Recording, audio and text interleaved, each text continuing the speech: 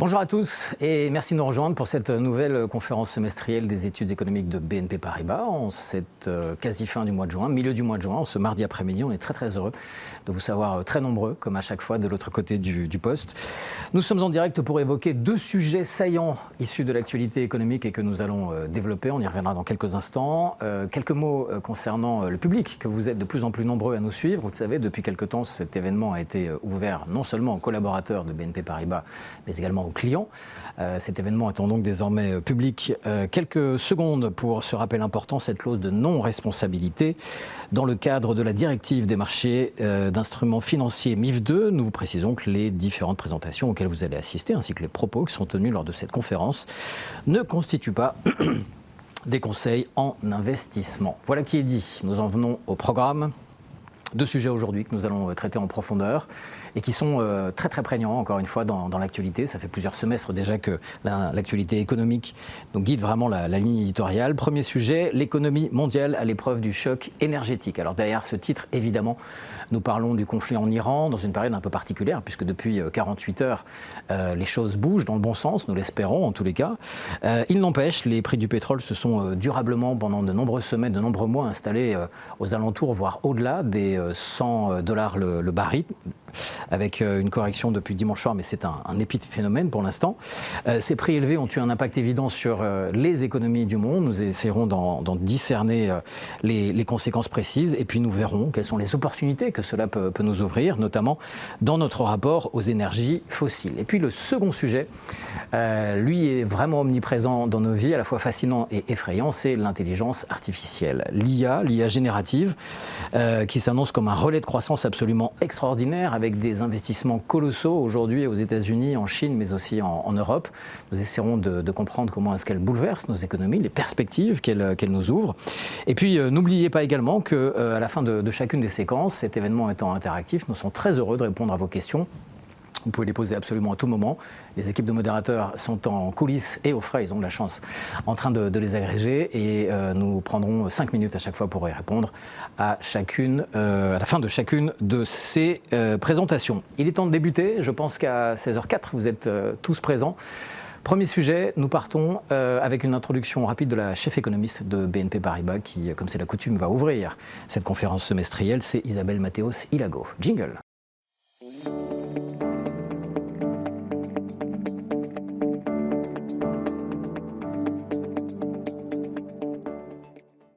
Temps de boire rapidement un petit verre d'eau et nous voici revenus sur le plateau. Bonjour Isabelle. Bonjour Emmanuel, bonjour à tous. Alors on va débuter avec quelques mots de contextualisation si tu veux bien, notamment sur ce premier sujet. Nous allons parler du conflit en Iran et de ses conséquences économiques. Parmi les indicateurs que nous avons, indicateurs de la bonne santé de l'économie mondiale, il y a évidemment les indices boursiers. Et alors que ce soit aux États-Unis sur le Nasdaq, le Dow Jones ou bien en France ou en Europe avec les différents indices, on tutoie des sommets historiques. Versus une situation en Iran qui est quand même assez exceptionnellement grave et qui dure. Alors elle semble s'améliorer.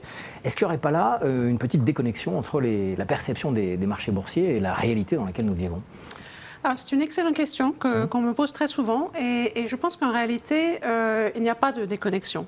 Tout d'abord, même si effectivement la santé de la bourse américaine est l'indicateur préféré du président Trump, en réalité, il y a des différences de composition très importantes entre les marchés boursiers et les économies. Et en fait, ce qui a tiré les marchés boursiers vers le haut, c'est la tech. Et donc, plus il y a de tech dans un marché, plus les rendements depuis le début de l'année sont élevés. Donc, par exemple, le Nasdaq est à près de 40%, le SP 500, près de 20%, et puis les marchés européens, où il y a moins de tech, sont seulement quelques points de base depuis le début de l'année. Et tout ça, finalement, est assez cohérent avec les perspectives d'une croissance qui est affectée négativement par le conflit en Iran, mais qui reste positive.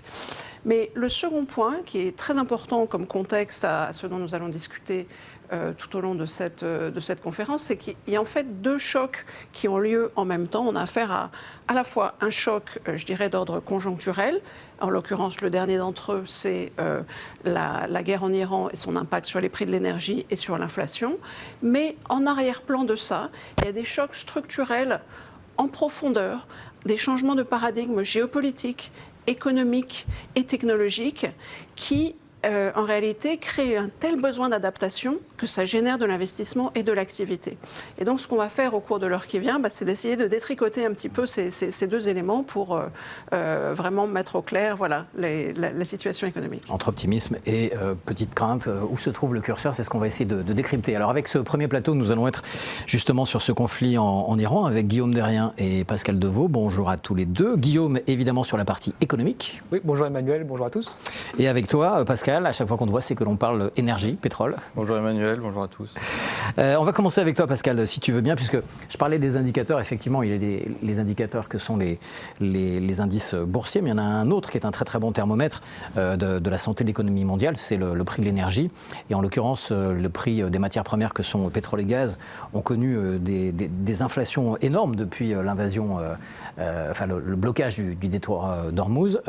Première question importante. Ce qui s'est passé dans le détroit d'Ormuz, c'est quand même une situation absolument inédite sur le plan énergétique et sur le plan économique aussi. On n'avait jamais connu ça. Alors au niveau énergétique, c'est vrai que c'est un choc sans précédent puisqu'on peut dire qu'il y a environ un quart du commerce du pétrole mondial qui passe par le détroit d'Ormuz. Donc c'est réellement important. Il faut aussi dire que le choc a été partiellement amorti grâce à 3 éléments. Alors il y a à la fois eu des oléoducs de contournement, notamment en Arabie Saoudite et aux Émirats Arabes Unis. Un deuxième élément qui a joué un rôle d'amortisseur, c'est la forte baisse des stocks stratégiques des pays de l'OCDE, notamment la forte baisse des stocks stratégiques américains. Et enfin, troisième élément, on a une réduction significative des importations chinoises et on sait que la Chine est un des principaux importateurs de pétrole au niveau mondial. Donc ces éléments ont amorti le choc. Néanmoins, on a quand même eu des niveaux de prix qui ont été très élevés. Entre le début du mois de mars et la fin du mois de juin, on a une moyenne du baril de Brent qui était supérieure à $100 le baril. Donc ce qui est quand même un niveau très significatif. Et ce qu'on peut dire, c'est que cette situation n'est pas soutenable sans une réouverture du détroit d'Ormuz et qu'on fait face à une accumulation de tensions dans les semaines à venir. Alors on attend cette réouverture, le moment conditionnel, elle est prévue à partir de vendredi, mais les annonces dans ce sens ont déjà été multiples. Les prix du brut ont donc beaucoup augmenté, comme tu nous le rappelles. Les prix des produits raffinés, qui concernent directement les consommateurs et qui ont un impact direct sur l'économie, eux aussi ont connu une très forte inflation. Oui, alors ils ont même beaucoup plus augmenté que les prix du brut. Alors les produits raffinés, ce sont en gros les carburants routiers et les carburants d'aviation.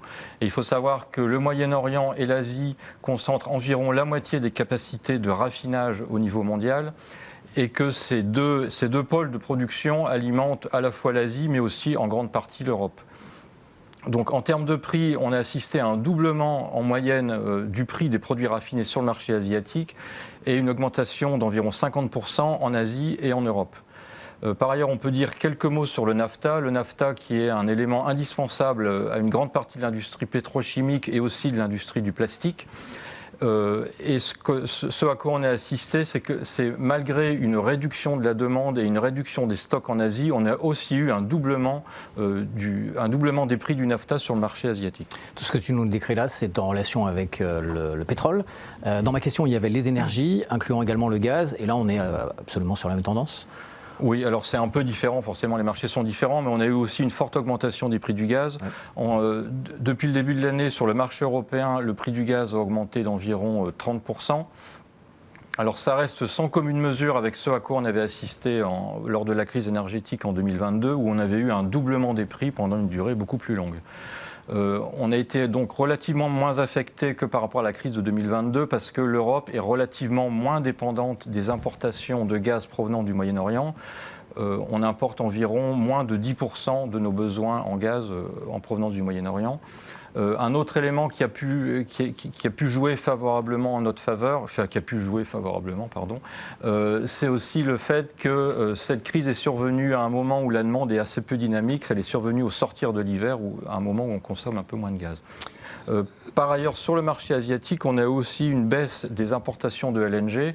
Alors c'est à la fois lié au fait qu'on avait des stocks relativement importants de LNG en Asie, même si ça se stocke moins bien que le pétrole.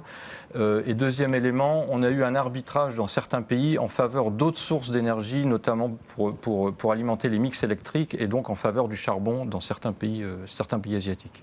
Alors, je le rappelle à nouveau, nous sommes en direct en ce mardi après-midi, mardi 16 juin. Si vous nous voyez pendant la rediffusion, ça vous permettra de dater nos propos. Nous sommes dans la période d'attente qui doit arriver vendredi de la signature du traité de paix. On va se prêter à un jeu toujours difficile en termes d'économie, ce sont les prévisions. Imaginons que la situation s'améliore durablement, que les détroits d'Ormuz soient désormais réouverts. Qu'est-ce qu'on peut attendre à courte échéance? Quelles seront les conséquences sur les prix de l'énergie, disons, dès cet été? Alors, comme tu le précisais, c'est un exercice extrêmement difficile de faire des prévisions, surtout dans des situations tendues et sur des marchés aussi volatiles. Bien sûr. Néanmoins, même si ce qu'on peut dire, c'est que même si on assiste à la réouverture du détroit d'Ormuz dans les prochaines semaines, on pense quand même que les prix du pétrole resteront à un niveau soutenu. Alors c'est à la fois lié à la durée de remise en production de l'ensemble des installations dans le Moyen-Orient. Cette durée peut aller de quelques semaines pour certains pays type Arabie Saoudite à plusieurs mois, par exemple en Irak, où ça prend beaucoup plus de temps de remettre en route les installations de production de pétrole. Donc ça, c'est un élément. Deuxième élément, on a une demande qui, une fois que le détroit sera rouverte, une demande mondiale qui restera soutenue, notamment parce que l'ensemble des pays consommateurs vont avoir besoin de restocker. On est à des niveaux de stock extrêmement bas, historiquement bas, donc cette demande liée au restockage va pousser les prix à la hausse. Et par ailleurs, même si on est au début d'un processus, on vient de prolonger un cessez-le-feu et on va commencer à discuter de sujets un peu difficiles, donc on peut supposer que les tensions géopolitiques dans la région resteront à un niveau assez soutenu. Et cet élément géopolitique va continuer à pousser les prix vers le haut, donc on peut s'attendre à des prix qui restent dans la zone des $80 le baril. C'est-à-dire qu'il y a la psychologie qui joue au-delà des simples capacités de production. Ouais, exactement. Tout à fait. Question un peu piège, mais ce sera la dernière. Comment est-ce qu'on peut retrouver, quand est-ce qu'on pourrait retrouver les niveaux de prix de début 2026? Alors là, j'ai aucune réponse claire à donner, mais c'est lié à tellement d'éléments qu'on ne peut pas répondre à ça. Ouais. Mais néanmoins, un élément essentiel qu'on vient d'évoquer, c'est la situation géopolitique. Et si on fait l'hypothèse que les tensions géopolitiques continuent à se réduire dans la région, on peut envisager un retour à des prix ex-ante, à des prix pré-guerre en Iran, à partir du deuxième semestre de 2027. Merci de ta franchise dans cette réponse. Alors l'accord signé devrait soulager un petit peu les craintes géopolitiques sur cette région, nous l'espérons tous. Tout de même, on peut s'attendre, alors attention, j'ai prononcé des très gros mots là, à des risques de stagflation, voire de récession. Guillaume, je te vois opiner du chef. Dans les économies avancées où la croissance structurelle justement est assez faible, est-ce que vous attendez aux études économiques ce type de scénario? Alors ce n'était pas dans notre scénario central et on peut quand même estimer que les perspectives d'une signature et d'un apaisement des tensions entre l'Iran et les États-Unis renforcent ce constat. Pour donner quelques chiffres, aux États-Unis quand même on s'attend à ce que la croissance reste soutenue au-delà de 2% en 2026-2027 avec des pressions inflationnistes qui tendent quand même à s'amplifier et pas seulement à cause de l'énergie. L'inflation aux États-Unis a dépassé la barre des 4% au mois de mai. Nous avons quand même procédé à des révisions à la baisse assez sensibles de nos prévisions de croissance sur la zone euro, avec une croissance de 0,6% attendue en 2026, contre 1,6% auparavant. Du côté de l'inflation, on s'attend à ce que l'inflation atteigne 3%, donc une révision autour de 1 point au-dessus de l'estimation initiale pour 2026, un peu plus en 2027, parce que comme Pascal l'a très bien rappelé, on s'attend à ce que les prix de l'énergie restent sur un plateau élevé l'an prochain. Et puis peut-être le message de fond quand même, c'est que ce conflit Moyen-Orient, je dirais, fragilise la reprise qu'on anticipait, mais elle ne le remet pas totalement en question. On pense qu'il y a quand même des soutiens structurels importants qui perdurent en 2026 et qui perdureront en 2027. Les cycles d'investissement notamment restent bien orientés. C'est évidemment l'IA et les investissements dans le digital aux États-Unis. Et puis en Europe, on a également les programmes de réarmement et le soutien lié au programme d'électrification qui gagnent de l'ampleur. Des chantiers colossaux, notamment celui de l'IA qui doit drainer de très très gros investissements l'investissement et tirer la croissance vers le haut, on l'espère. On en parlera dans le second plateau. Autre point à garder en tête peut-être, c'est que, alors ça peut nous paraître loin, mais début 2026, la situation économique était quand même plutôt bonne et on peut imaginer que ça donne une tendance qui se poursuit aujourd'hui. Oui, il ne faut pas oublier le point de départ. L'économie mondiale était quand même sur une bonne dynamique avant le déclenchement du conflit en Iran. Donc, je l'ai dit, la croissance des États-Unis était restée solide en 2025 et l'est restée au premier trimestre 2026. En zone euro également, on était sur une phase de redressement plus modérée que les États-Unis, mais une phase de redressement de la croissance. Et puis si on regarde notamment les marchés du travail, et ils sont encore restés aujourd'hui très tendus des deux côtés de l'Atlantique. Donc une situation qui reste encore aujourd'hui relativement résiliente. La phrase à garder en tête, c'est quoi? Pas ou peu de risque de récession finalement? Oui, a priori, enfin, pour tomber en récession, il faudrait que le choc s'amplifie et s'étende, avec des risques de pénurie sur les produits énergétiques, et puis aussi par ricochet sur les intrants industriels, notamment les intrants dans la chimie ou encore les semi-conducteurs. C'est évidemment un scénario qu'on ne peut pas encore écarter à ce stade, mais évidemment, les perspectives d'une réouverture du détroit d'Ormuz quand même tend à apaiser un peu ces craintes. Alors cette fermeture du détroit, c'était le 13 avril, donc ça fait un tout petit peu plus de 2 mois, même s'il rouvre, les conséquences seront tout de même là. On sait qu'il y a une inertie dans les modèles économiques. Quelles conséquences économiques peut-on déjà mesurer sur les pays émergents? Alors sur les pays émergents, si on commence d'abord par l'inflation, on a eu un impact rapide mais assez contenu en termes d'inflation en moyenne sur les pays émergents, puisqu'on avait un taux en glissement annuel de 4,5% en moyenne au mois de février et on est arrivé à 6% en moyenne au mois d'avril, donc ce qui est quand même significatif mais ce qui n'est pas non plus extrêmement élevé. En termes de croissance, on a des révisions à la baisse des perspectives de croissance, mais des révisions qui sont modérées, à la fois pour 2026 et 2027. Donc dans ce contexte de pression inflationniste et d'une croissance qui se maintient à un niveau satisfaisant, l'ensemble des banques centrales, encore une fois en moyenne dans les pays émergents, ont mis en pause leur politique d'assouplissement monétaire pour le moment. Alors si on prend un peu de recul, on constate aussi que les révisions de croissance et d'inflation ont été plus fortes pour les pays avancés que pour les pays développés. Bien sûr, si on met de côté les pays du Golfe qui ont été fortement affectés en termes de croissance. Par ailleurs, un autre élément à souligner, c'est qu'en termes de fondamentaux macroéconomiques, on assiste à une réduction de l'écart entre les économies avancées et les économies émergentes les plus développées. Donc c'est aussi quelque chose de tout à fait notable. Si on revient un peu plus dans la précision, un peu plus précisément dans le monde émergent, ce sont évidemment les pays d'Asie qui sont les plus touchés, étant donné que ce sont les plus dépendants des importations d'hydrocarbures en provenance du Moyen-Orient. Et donc, dans beaucoup de pays asiatiques, on a assisté à de fortes poussées inflationnistes et qui ont été alimentées par des dépréciations de change vraiment très importantes. Quelques mots sur la Turquie, qui est toujours un pays intéressant à regarder, notamment en période de crise. Donc en Turquie, on continue à avoir un environnement inflationniste tout à fait soutenu, et on a eu une dépréciation du change qui a été forte, qui a été en tout cas plus forte que la moyenne des dépréciations du change dans les pays émergents. Et un autre élément à souligner, on a eu une forte hausse des taux sur les obligations souveraines sur le marché turc.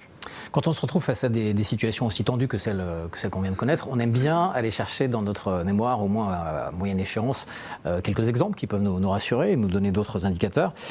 Si on se réfère à 2022, alors les réactions des banques centrales avaient été extrêmement fortes. Les taux avaient été relevés de 400 points de base. Est-ce que c'est un scénario qu'on pourrait connaître à nouveau? Alors, des hausses de taux, oui, on en attend. Et d'ailleurs, on a vu certaines banques centrales commencer à remonter ces taux modérément. Mais on n'anticipe pas du tout une ampleur similaire à ce qu'on a pu observer en 2022.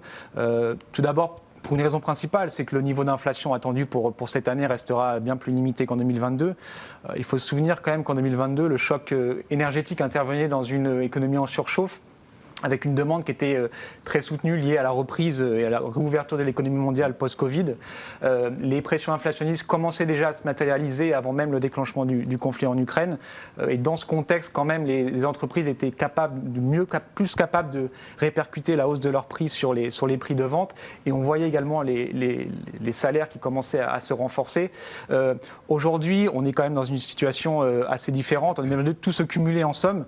Il faut quand même se rappeler que l'inflation en zone zone euro, notamment, avait dépassé la barre des 10% à l'automne 2022. C'était colossal, on a presque oublié, mais ce chiffre était très impressionnant.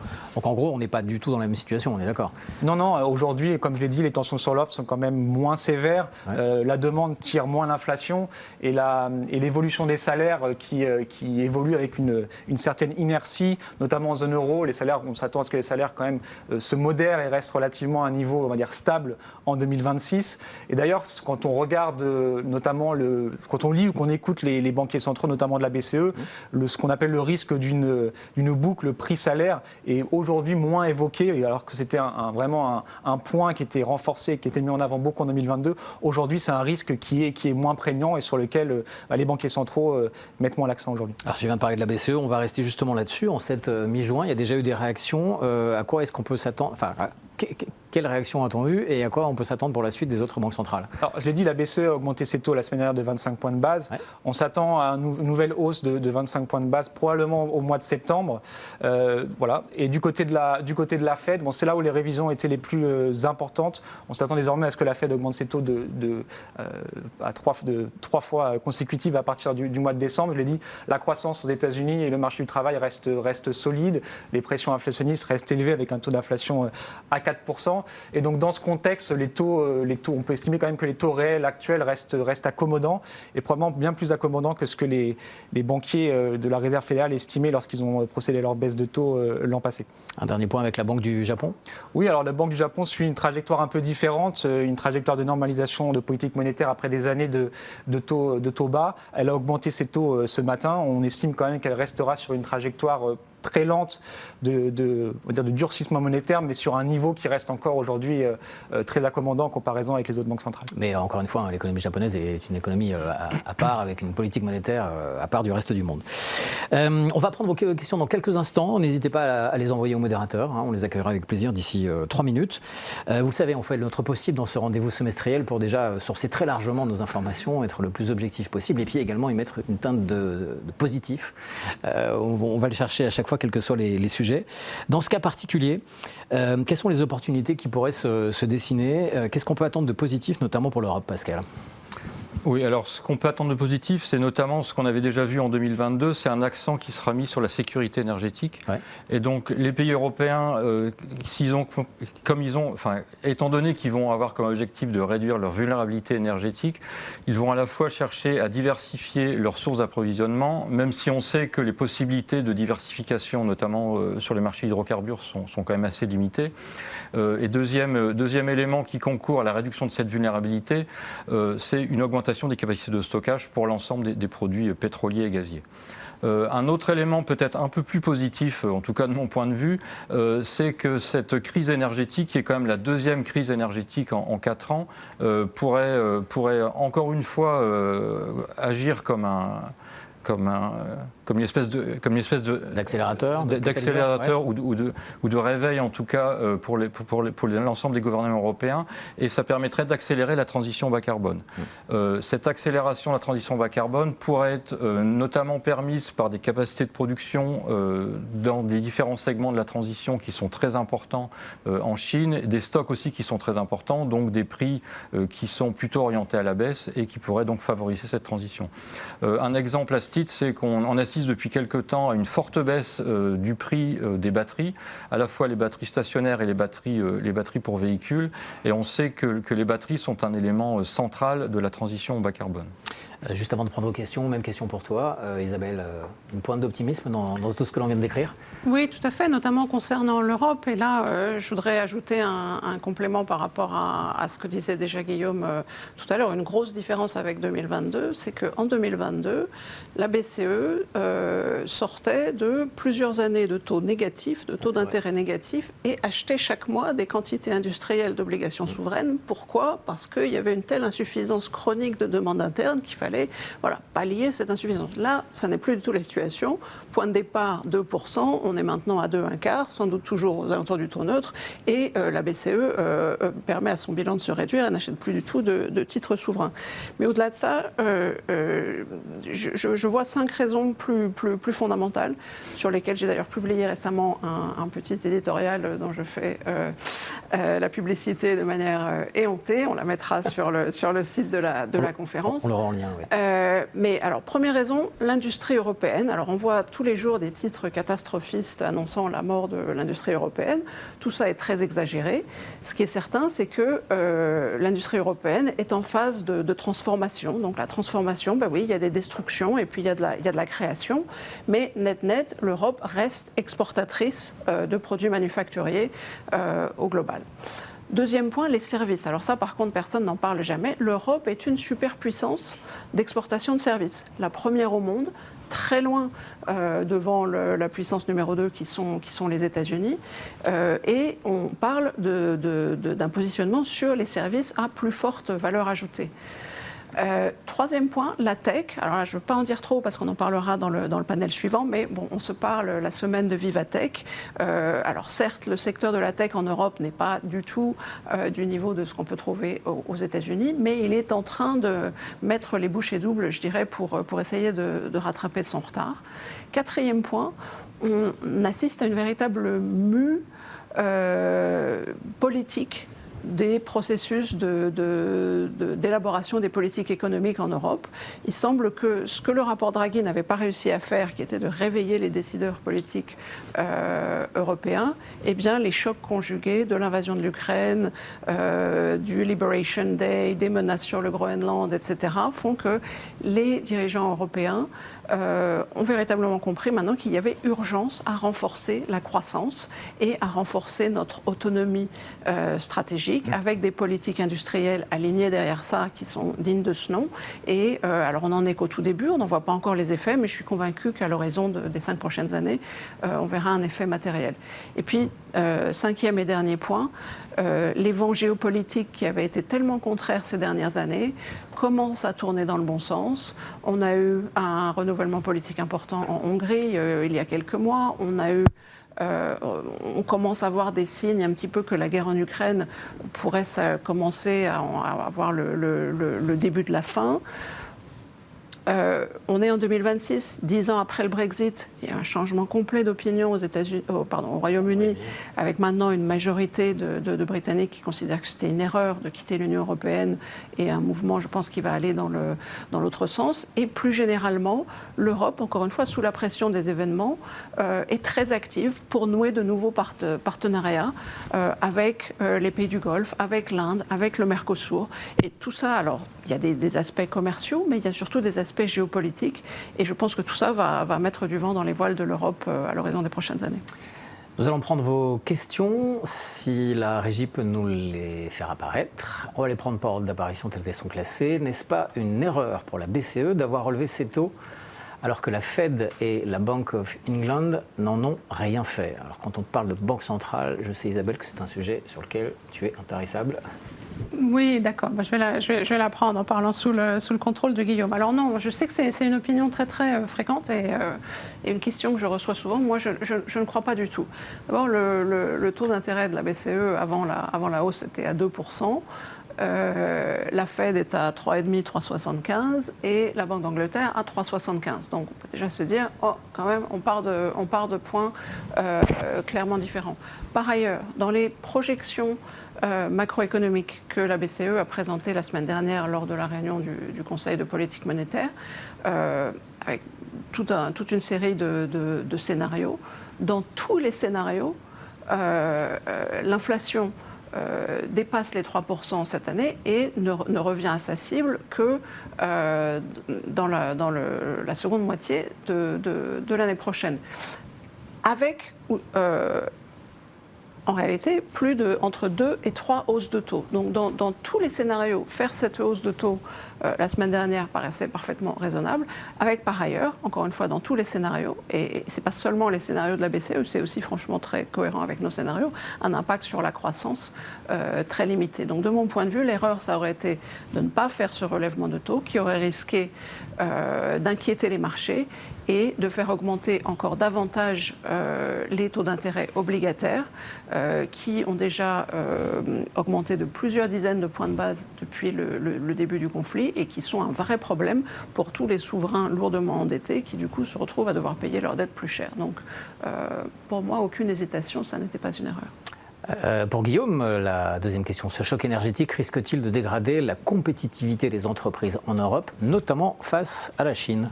Alors, c'est une bonne question, Emmanuel. Je pense que je répondrai en deux temps ici. Premièrement, dire qu'effectivement, la hausse des coûts de l'énergie va continuer de fragiliser certains pans de l'industrie qui étaient déjà, on va dire, structurellement en difficulté avec les surcapacités chinoises.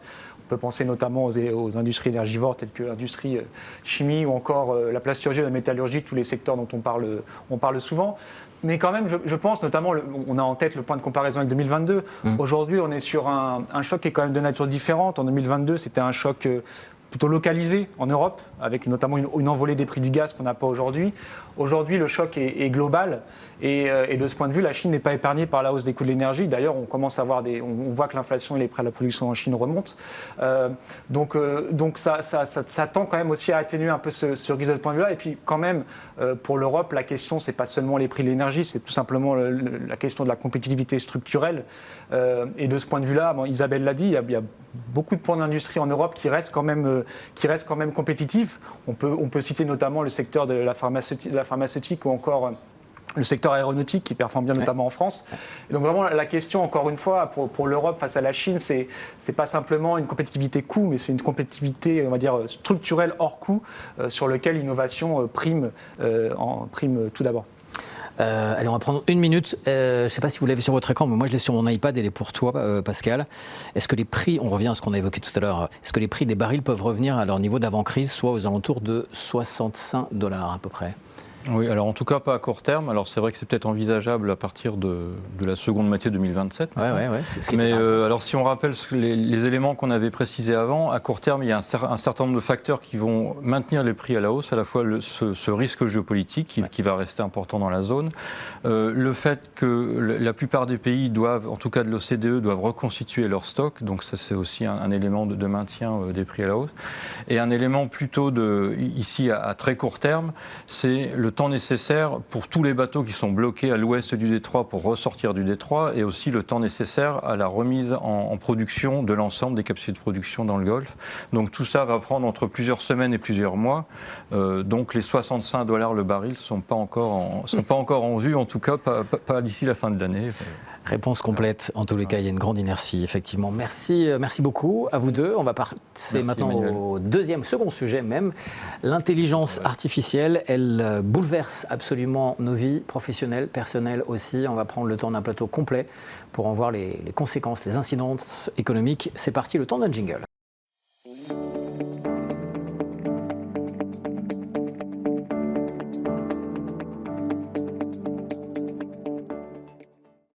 Installez-vous. Alors oui, effectivement, on s'offre un verre d'eau, mais il doit faire à peu près 28 degrés sur le plateau. Et vous comprendrez qu'on a aussi besoin de se déshydrater en cette belle journée quasi estivale. L'intelligence artificielle. Isabelle, quelques mots de contextualisation, si tu veux bien, au début. Alors c'est un sujet, plus on gratte et plus on s'aperçoit que les changements vont être profonds, importants. Plus on s'aperçoit également qu'ils sont peut-être difficiles à cerner. Est-ce que c'est la définition qu'on peut en avoir ? La seule chose est sûre, les changements sont là et ils vont être nombreux. Alors, je crois que les changements, pour l'essentiel, ne sont pas encore là, en réalité. Oui. Ce qu'on a vu, c'est vraiment le tout début. Je crois qu'il faut s'attendre à des changements fondamentaux de la façon dont nous produisons, dont nous consommons, dont nous nous divertissons, dont nous enseignons. Il n'y aura pas un pan de l'économie ou même de la façon d'administrer qui vont être épargnés. Mais je crois que quand on réfléchit à l'impact économique, et d'ailleurs un peu comme dans toutes les révolutions technologiques préalables, il est important de distinguer 3 phases. Il y a d'abord une phase de construction d'infrastructures. Donc là, en l'occurrence, des data centers, des réseaux de fibre optique qui sont adaptés à l'ère de l'intelligence artificielle. Il y a une phase d'adoption à travers, donc de déploiement à travers toute l'économie. Et puis, il y a le nouveau régime de croisière, une fois que voilà, c'est installé. Et ça peut prendre 2 décennies d'en arriver à ce nouveau régime de croisière. Pour l'instant, on n'en est vraiment qu'au tout début. Donc je crois que oui, on commence à pouvoir cerner certaines choses, mais je crois qu'il ne faut pas surestimer notre capacité à anticiper l'avenir. Donc le meilleur est à venir, encore une fois. Cette seconde présentation, elle s'intitule « Un choc transformateur, l'intelligence artificielle, la mine, la puce et l'entrepreneur ». Parce qu'effectivement, on va balayer tous les champs d'activité, depuis les minerais, la fabrication des fameux data centers, des centres de traitement de données, jusqu'au changement dans nos vies d'entrepreneurs ou d'intrapreneurs, qui sont déjà assez nombreux. Stéphane, on va commencer avec toi, si tu veux bien. Alors, on va prendre un point de départ qui est celui de l'arrivée de l'IA générative. L'intelligence artificielle existait depuis très longtemps dans les laboratoires, mais sa démocratisation, son arrivée, sa façon de bousculer nos vies professionnelles dans un premier temps, on peut dire que c'est l'arrivée de ChatGPT, c'est novembre 2022. Qu'est-ce qu'on peut en dire aujourd'hui, soit 3 ans et demi après cette irruption dans nos vies professionnelles ? Alors déjà, ce qu'on peut dire, c'est que l'intelligence artificielle, c'est une vague d'innovation. Une vague d'innovation, ça a des conséquences qu'on verra par la suite sur l'inflation, la productivité et le marché du travail. Mais c'est aussi une augmentation de la création d'entreprises. On a des entrepreneurs qui développent des nouvelles solutions qui vont ensuite être infusées dans l'économie. Et donc cette création d'entreprises, on l'observe de façon plus importante à la fois aux États-Unis et en Europe. On a une hausse de 10% de la création d'entreprises depuis le début de l'année, année sur année, dans les deux zones. Évidemment, ça pose des questions, donc on y répondra sur la productivité notamment, sur ce qu'on peut attendre dans ce domaine-là, et sur le lien entre intelligence artificielle et emploi. La productivité, c'est un mot qui va revenir effectivement très souvent dans cette présentation. Pour débuter, donc, on va aux sources de l'IA, le hardware. Donc il faut fabriquer ces centres de traitement de données qu'on appelle les data centers. Pas d'IA sans semi-conducteurs et pas de semi-conducteurs sans métaux critiques qu'ils contiennent. Ça implique déjà de premières conséquences très importantes d'un point de vue économique. C'est le point d'entrée en fait, ça, Christine. Oui, exactement. Tu viens de désigner le principal canal de transmission de l'essor de l'IA sur la croissance des économies émergentes, ce sont les chaînes d'approvisionnement. Et certains pays émergents sont très bien positionnés dans ces chaînes d'approvisionnement de l'IA. Ce sont les producteurs de métaux critiques, les producteurs de semi-conducteurs et autres biens technologiques. Et ce sont des pays qui ont pleinement bénéficié et qui bénéficient pleinement du boom des investissements dans les infrastructures physiques de l'IA. Est-ce que ça veut dire que ce commerce lié à l'IA a été un soutien au commerce mondial plus global, en fait, malgré, souvenons-nous, début 2025, l'arrivée du président Trump et une vague de surtaxes protectionnistes qui commençait à inquiéter tout le monde et à limiter le commerce mondial?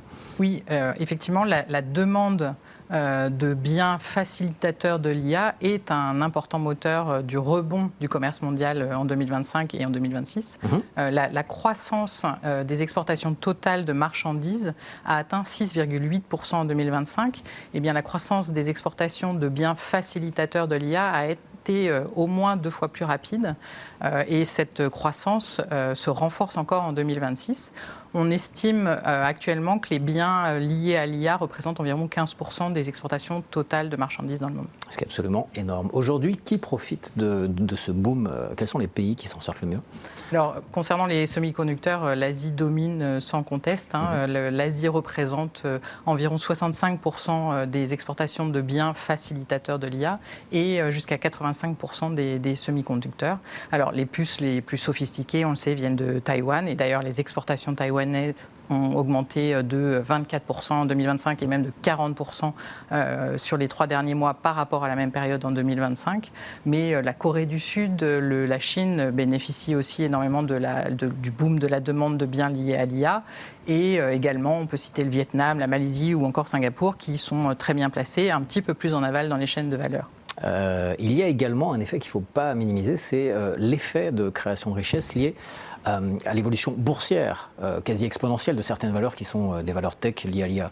Oui, effectivement, l'envolée des cours de bourse dans certains pays et donc les effets de richesse associés a été un autre facteur de soutien de la croissance. On peut citer les indices de référence des bourses de Taipei et de Séoul qui ont doublé depuis 1 an. Et évidemment, c'est positif pour les poussé par ces valeurs technologiques.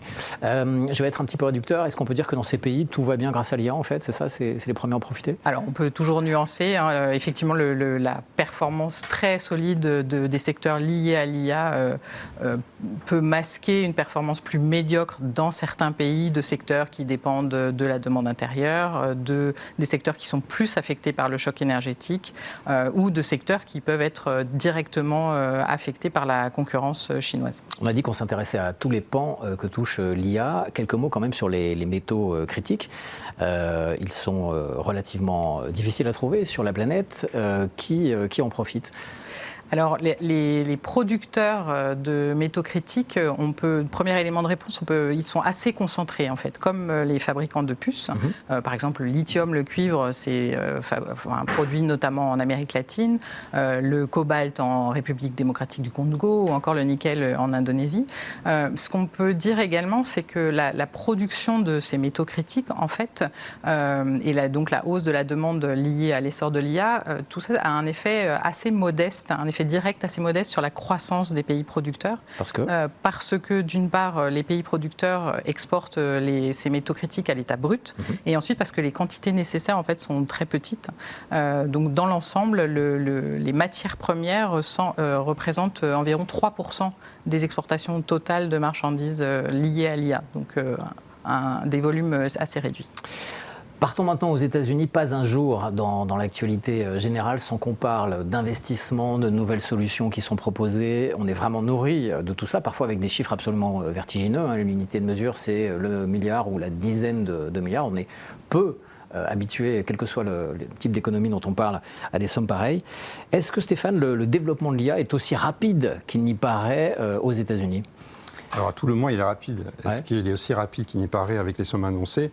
Il est rapide. On a différentes études qui ont essayé d'estimer le poids du secteur de l'intelligence artificielle aux États-Unis, notamment l'une d'entre elles que je vais citer, qui est de Korinek et McKelvey, qui estime que ce secteur représente à peu près la même taille que le secteur entier du transport aérien aux États-Unis, dont on sait qu'il est très développé. Bien sûr. Ça représente à peu près 250 milliards de dollars. C'est pas loin d'un point de PIB.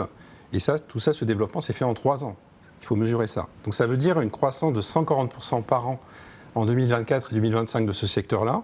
Ça veut dire que c'est le relais de croissance qui a permis à la croissance américaine de se maintenir au-dessus de 2% ces 3 dernières années, malgré l'essoufflement d'autres déterminants préexistants.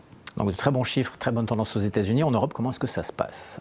Alors il y a un retard, c'est vrai, on peut pas le nier, mais la région a du potentiel, elle a aussi des atouts.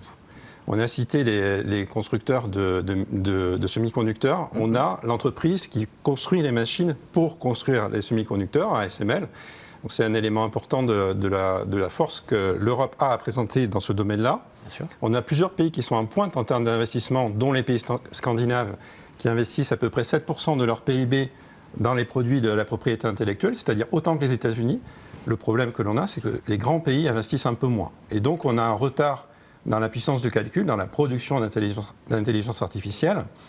Par chance, et bien heureusement, on a des projets qui se cumulent de construction de centres de données qui devraient aider à combler une partie de ce retard, notamment les 93 milliards annoncés au moment de Choose France.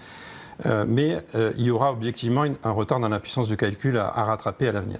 93 milliards, c'était lors du 3e Choose France, c'est ça ? Le tout dernier. Et c'était plus que les 2 précédents cumulés, si largement plus en l'occurrence. Je vais faire un peu le poil à gratter quand même. On entend quand même beaucoup de gens parler d'un retard qui serait irrattrapable de l'Europe. C'est exagéré, c'est une réalité ? Alors, irrattrapable, pas forcément. Il faut voir qu'il y a deux questions. Il y a la production d'IA, puis il y a la consommation d'IA. Et c'est la consommation d'IA qui soutient la productivité. Et dans ce domaine-là, je vais commencer par ça. L'Europe n'a rien à envier par rapport aux autres régions. Les cas d'usage, l'utilisation de l'IA dans les différentes enquêtes sont à peu près de même hauteur, voire supérieurs aux grandes autres zones géographiques. Par contre, c'est vrai qu'on a un retard sur la production. Mais il faut quand même remarquer que le secteur de la technologie se développe, comme dans les autres zones. C'est passé de 4 à 15% du PIB dans les 10 dernières années. On crée beaucoup d'emplois dans le secteur, beaucoup d'entreprises, je l'ai mentionné au tout début, mais aussi beaucoup d'emplois.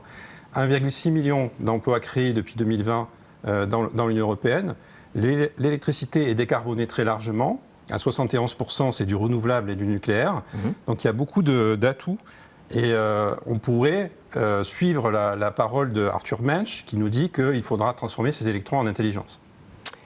Très très belle phrase qu'on aime beaucoup répéter ici quand on parle d'intelligence artificielle. On parle de productivité, c'est très important. Ces mots étaient en introduction dans ton laïus, on en a également parlé. C'est là-dessus que c'est sur l'IA que mise la Chine pour augmenter considérablement sa productivité. C'est un des points essentiels. Oui, effectivement. La Chine investit massivement dans l'IA.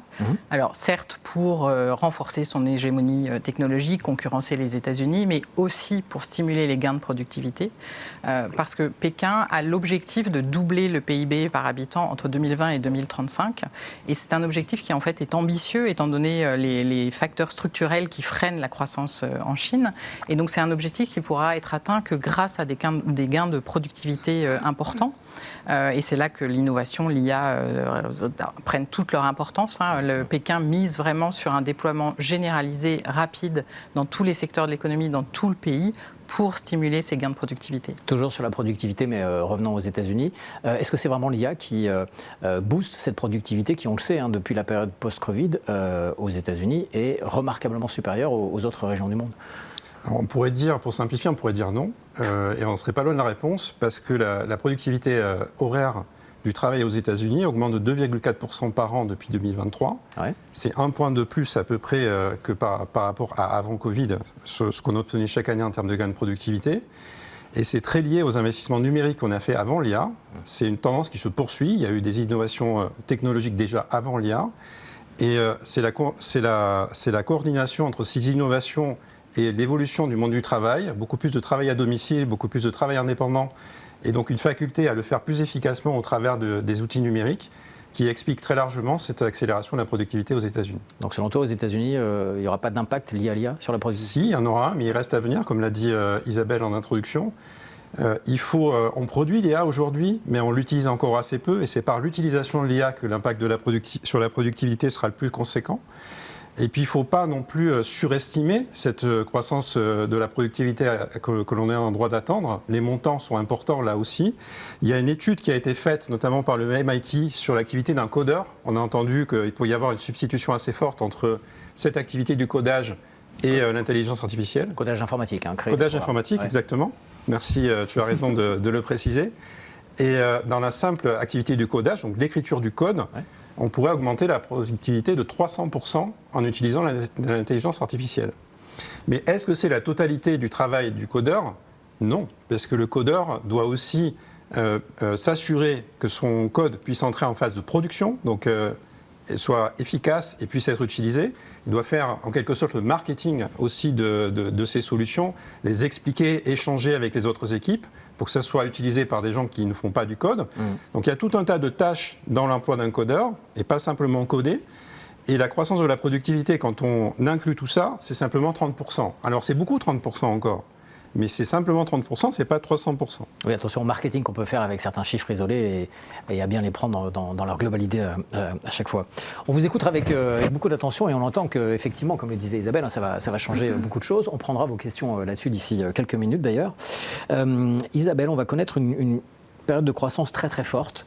Et le moins qu'on puisse dire, c'est que ça va faire du bien à nos économies. Mais est-ce que ce sera suffisant pour solutionner les finances publiques qui sont parfois demandeuses d'amélioration ?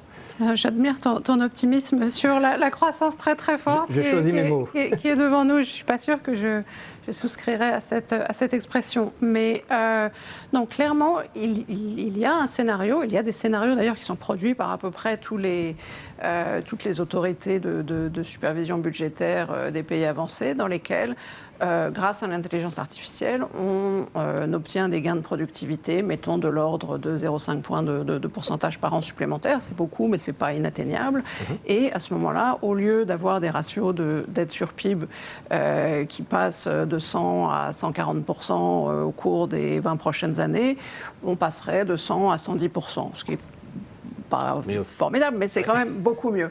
Voilà. Cela étant, je crois qu'il serait complètement imprudent de parier là-dessus, parce que il faut pour que ces gains de productivité se matérialisent, il ne suffit pas qu'on se mette tous à utiliser ChatGPT ou je ne sais quelle version. Il faut vraiment qu'à travers toute l'économie, on transforme les processus de manière à optimiser l'utilisation de l'IA.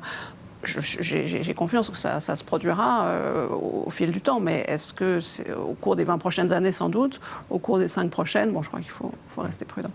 Alors, on va passer maintenant à la question patate chaude. IA versus emploi. À quelle situation faut-il s'attendre? Est-ce que tu veux contextualiser un peu ça déjà? Oui, alors bon, c'est une question qui se pose à chaque fois qu'il y a une révolution technologique, hein, même les métiers à tisser, on s'en souvient bien, on s'en souvient bien, voilà, exactement. Et véritablement, quand on regarde les chiffres, les créations d'emplois générées par ces nouvelles technologies ont systématiquement excédé les destructions d'emplois. Pourquoi? Parce que ces innovations permettent à l'économie dans son ensemble de croître, de générer de la demande, etc. Donc, il n'y a pas, je dirais, l'a priori doit être un a priori positif sur la base de l'expérience historique. Bon, maintenant, l'histoire ne se répète jamais.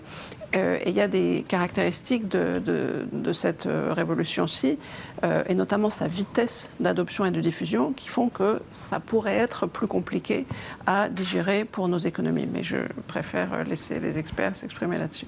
Alors, je rappelle, IA versus emploi. Christine, comment on peut attendre ça? Oui, non, alors une première généralité, oui, certains secteurs vont être affectés, que ce soit dans les pays avancés, les pays émergents. Alors, pour l'instant, l'effet immédiat de l'IA sur l'emploi n'est quand même pas très visible, mais on peut s'attendre à ce que le développement de l'IA agentique dans les années à venir conduise à des destructions d'emplois dans certains secteurs parce qu'il permettra d'automatiser des tâches cognitives, des tâches opérationnelles. Donc, premier effet attendu. Quelques exemples dans les pays émergents déjà. Alors, dans le monde émergent, on peut citer la Chine, bien sûr, où les effets de l'IA et de la robotisation commencent à préoccuper les autorités. Ouais. On peut citer l'Inde aussi, puisque c'est un pays qui s'est appuyé sur le développement des services IT centrés sur des tâches automatisées, des compétences intermédiaires. Donc là, l'avantage de l'Inde pourrait s'éroder rapidement. Et d'ailleurs, on voit déjà un ralentissement dans les créations d'emplois dans les services informatiques. Des premiers signes qui sont là. Même question, mais cette fois-ci sur les économies avancées. Stéphane, comment est-ce qu'on voit l'arrivée de l'IA sur l'emploi? Alors, c'est une forme de course entre la rapidité du développement de l'intelligence artificielle et donc du nombre de tâches à accomplir. Ouais. Et puis, un effet substitution qui peut exister entre l'intelligence artificielle et une partie des tâches que les salariés ont à accomplir.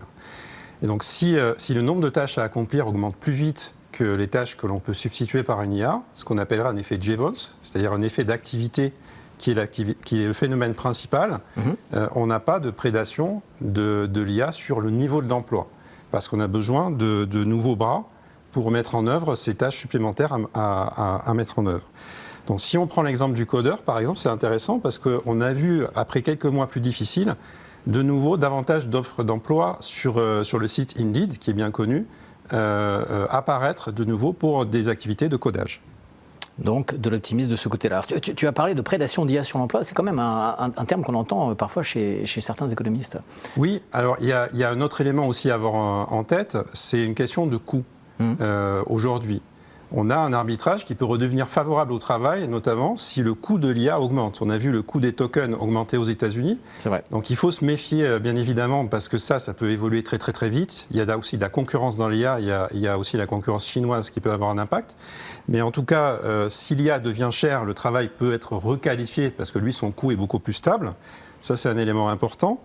Mais surtout, la réponse est délicate parce que, mais ce qu'il faut avoir en tête, c'est que l'IA remplace des tâches, pas des emplois.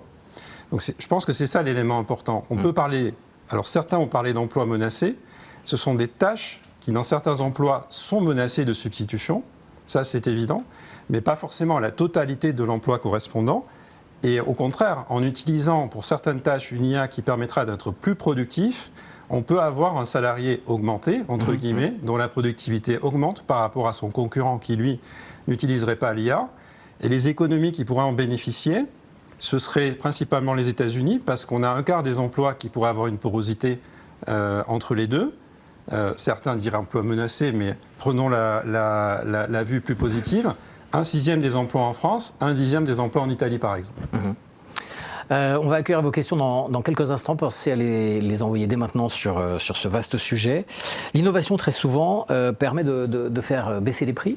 Est-ce que c'est également le cas pour l'intelligence artificielle aujourd'hui, Christine ? Alors, je vais répondre en parlant des ressources qui sont nécessaires à l'IA. Pour le moment, l'essor de l'IA, la construction de centres de données conduit à une forte hausse de la demande des ressources qui sont nécessaires. Ouais. Cette forte hausse de la demande, donc elle est forte et rapide et elle alimente une hausse des prix qui est également très rapide. Donc par exemple, le prix du cuivre a augmenté de 40% depuis un an. Il reste à des niveaux historiques depuis le début de l'année. Et donc c'est une hausse de prix qui est liée à un choc de demande très important lié à l'IA et à l'électrification des usages aussi, combiné à une augmentation de l'offre qui ne suit tout simplement pas l'augmentation de la demande. Augmentation également du prix des puces électroniques. Ça devient difficile de changer son micro-ordinateur aujourd'hui. Alors effectivement, le prix des puces est monté en flèche depuis un an. Alors pour illustrer, le prix unitaire des semi-conducteurs exportés par la Corée du Sud a été multiplié par 2,5 en un an. Donc cette hausse des prix des puces, des métaux critiques, elle permet une embellie des termes de l'échange des pays exportateurs, mais elle peut alimenter aussi des tensions inflationnistes dans les secteurs qui utilisent les mêmes ressources que l'IA. Au final, Stéphane, l'IA, alors ça fait monter ou ça fait baisser les prix? On en parle notre latin. Alors si on en revient au fait de dire que l'IA est une innovation, l'innovation, ça fait baisser les prix. Ouais. Donc à long terme, l'IA doit faire baisser les prix. Si on regarde le secteur dans lequel l'IA se situe, le secteur du numérique, par exemple en France, on a eu une baisse des prix de 6% en 10 ans. Si on regarde les autres secteurs, on a une hausse des prix de 20% en 10 ans. Maintenant, la question, c'est de savoir si à court terme, on pourrait avoir une évolution différente. Et c'est le développement rapide de l'IA qui épuise les ressources qui sont nécessaires à l'IA, comme l'a cité Christine, comme l'a cité également Isabelle, qui pourrait impliquer un impact inflationniste un peu plus important à court terme. Et là-dedans, je préciserai un élément, c'est le caractère vital de l'accès à l'électricité. On a besoin de beaucoup d'électricité dans l'IA, et on voit qu'aux États-Unis, le prix de l'électricité décale assez nettement par rapport à ce qu'il était avant Covid, et il est près de 30% supérieur à la tendance qu'il suivait à l'époque. Ça va être très inflationniste, beaucoup de problèmes d'énergie d'ailleurs, historiquement aux États-Unis. Est-ce qu'il n'y a pas également une question de business model qui évolue très vite? Si, il y a une question de business model, et puis ça fait la transition vers ce dont je sais que tu parleras pour conclure, Isabelle.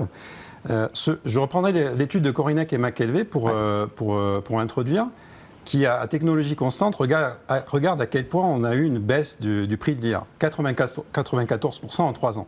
On serait tenté de dire que la technologie d'il y a 3 ans est déjà largement obsolète. Et c'est ça un élément qui est quand même important. La question, c'est d'avoir un retour sur investissement pour les entreprises qui investissent dans le domaine. C'est très coûteux d'investir dans le domaine.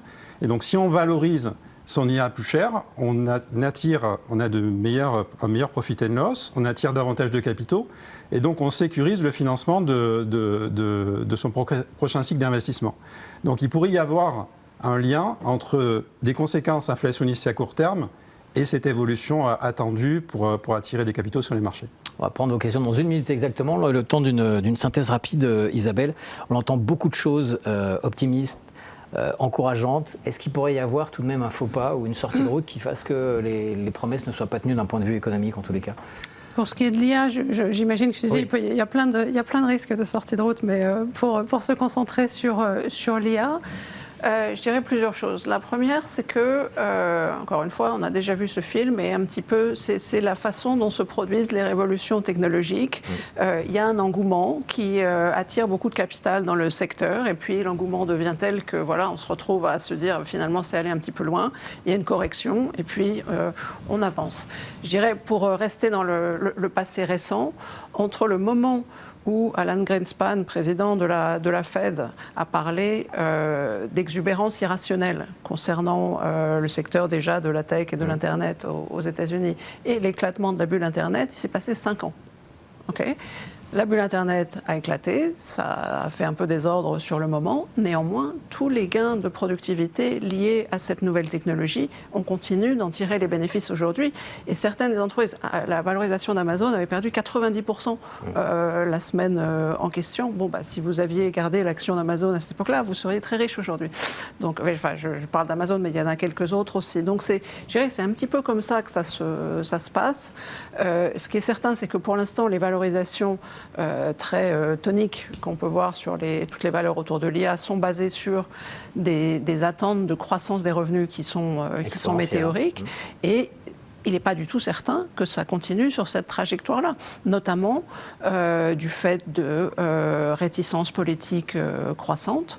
Aux États-Unis, on commence à voir des mouvements de citoyens très puissants qui sont pour limiter la construction de data centers. Ça renforce aussi les inégalités au sein des sociétés. Donc récemment, on parlait de la Corée plutôt, Samsung a dû négocier, entre guillemets, pour mettre fin à une grève, des bonus de $400 000 par employé pour arriver à un meilleur partage de l'IA. Et le président Trump récemment a évoqué l'idée de constituer un fonds souverain constitué de participation dans toutes les entreprises justement qui génèrent ces revenus exceptionnels pour que tous les Américains puissent en profiter, un petit peu comme le fonds pétrolier d'Alaska ou les arrangements qu'on peut voir en Norvège. Donc il y a des sujets, je pense que s'il y a des freins, ils seront au moins autant d'ordre politique que potentiellement économique ou technologique. On entend en tous les cas qu'on rentre dans une nouvelle ère, elle sera passionnante à vivre. On accueille vos questions telles qu'elles arrivent. Peut-on interpréter les tensions actuelles comme le signe d'une fragmentation du monde occidental et d'un retour à des logiques de puissance, notamment autour de l'accès aux ressources stratégiques et à l'innovation? Qui s'y colle?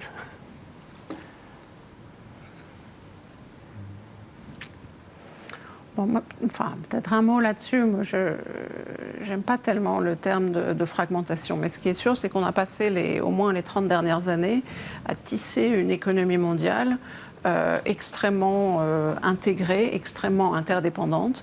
Et que là, clairement, depuis l'année dernière, on est entré dans une phase où cette interdépendance va être weaponized, je ne sais pas comment on dit en français, mais utilisée comme une arme de temps à autre par des pays... je vous laisse imaginer les prochains, mais voilà, l'Iran l'a fait avec très grand profit dans le conflit récent, la Chine l'année dernière avec des contrôles sur les exportations de terres rares et d'aimants à terres rares. Et compte tenu du degré d'interconnexion atteint par l'économie, je pense qu'on va avoir des chocs de ce type à répétition. Donc pas une fragmentation, mais davantage d'utilisation à des fins néfastes de ces interdépendances. Et donc ça renforce la nécessité pour les États de vraiment, et pour les entreprises, de réfléchir à leur autonomie stratégique et à comment minimiser leur vulnérabilité à ce type de choc. Une autre question qui fait le pont avec notre premier plateau également. Quels effets, au pluriel, du choc énergétique actuel que nous avons évoqué sur la production de semi-conducteurs en Asie? Je pense que la question est pour moi. Alors, c'est vrai qu'on l'Asie, c'est la région la plus directement affectée par le choc énergétique et la région qui produit les semi-conducteurs. Or, en fait, depuis le début du conflit, l'effet du choc énergétique sur l'activité de production est extrêmement réduit. J'ai parlé des chiffres de croissance des exportations taïwanaises, mais c'est les mêmes chiffres en Corée, par exemple. En revanche, la hausse des prix des hydrocarbures, le risque, les inquiétudes sur les chaînes d'approvisionnement avec, par exemple, des questionnements sur la disponibilité de l'hélium, par exemple, ont certainement alimenté la hausse des prix des puces depuis 3 mois. Une question pour toi, je pense, Stéphane. Existe-t-il des études analysant les conséquences de l'intelligence artificielle sur l'emploi? On en a parlé, notamment en termes de taux de chômage, d'accès à l'emploi des jeunes diplômés ou encore d'évolution des opportunités professionnelles. Question qui rentre plus en profondeur sur cette question du marché du travail. Oui, il y a des études. Alors, ce qui est embêtant, c'est qu'il y a des études pour dire une chose et son contraire. Donc, aujourd'hui, il y a une difficulté à faire la part des choses, c'est certain. Mais j'apporterai peut-être un point en complément de la question pour indiquer en quoi les choses évoluent sur le marché du travail. On l'a dit, pour les États-Unis, la façon de travailler change. Il y a un développement du travail indépendant, du travail à domicile. En France, on dirait télétravail assez souvent, notamment nous, puisqu'on est dans une entreprise. Mais le travail à domicile, ce n'est pas que du télétravail, c'est l'emploi indépendant aussi qui se développe davantage. Il y a moins de salariat, plus d'emplois indépendants. C'est aussi une substitution que l'on observe ces dernières années, qui est même encouragée par l'intelligence artificielle, parce que j'ai parlé au tout début de l'augmentation de la création d'entreprises. Cette création d'entreprises plus importante, c'est aussi des indépendants qui se développent, qui sont chez eux, qui travaillent. Et je pense que on doit considérer ça aujourd'hui quand on regarde le monde du travail. Et la balance devient positive quand on intègre ces éléments-là, quand on les ajoute à l'emploi salarié. Et de la part des jeunes, au moment du Covid notamment, mais même avant, il y a eu une volonté d'avoir une attitude différente au travail, peut-être de ne pas suivre le modèle de papa qui était allé travailler dans une entreprise et davantage être dans un espace de coworking, en tout cas dans une dynamique différente. Et c'est dans ce domaine-là qu'on se trouve aujourd'hui. Et ces évolutions-là le facilitent. C'est beaucoup plus facile de créer une entreprise aujourd'hui avec l'intelligence artificielle notamment. Il y a des études qui le montrent. Il y a beaucoup de barrières réglementaires à la création d'une entreprise ou à une transaction en général. Et le fait d'avoir une intelligence artificielle, des modèles en tout cas qui nous aident à ça, ça développe l'appétit d'entreprendre. Bon, moi je dirais, si on parle des jeunes, on peut le voir aussi sous cet angle-là. Faisons leur confiance, les digital natives sauront très bien s'approprier ce nouvel outil. Les pays du Golfe avaient d'énormes ambitions en matière d'IA. Si je me souviens bien d'ailleurs, c'était la mise en place de certains centres de traitement des données sur leur territoire et de construction de data centers. Voilà. La guerre va-t-elle modifier leurs plans? Là encore une fois, ça fait le pont avec le sujet qu'on évoquait avant. Donc oui, effectivement, les pays du Golfe avaient des plans très très ambitieux de développement de l'IA. À court terme, on peut imaginer que ces pays vont réajuster leurs priorités. On peut imaginer que les investisseurs privés seront beaucoup plus prudents.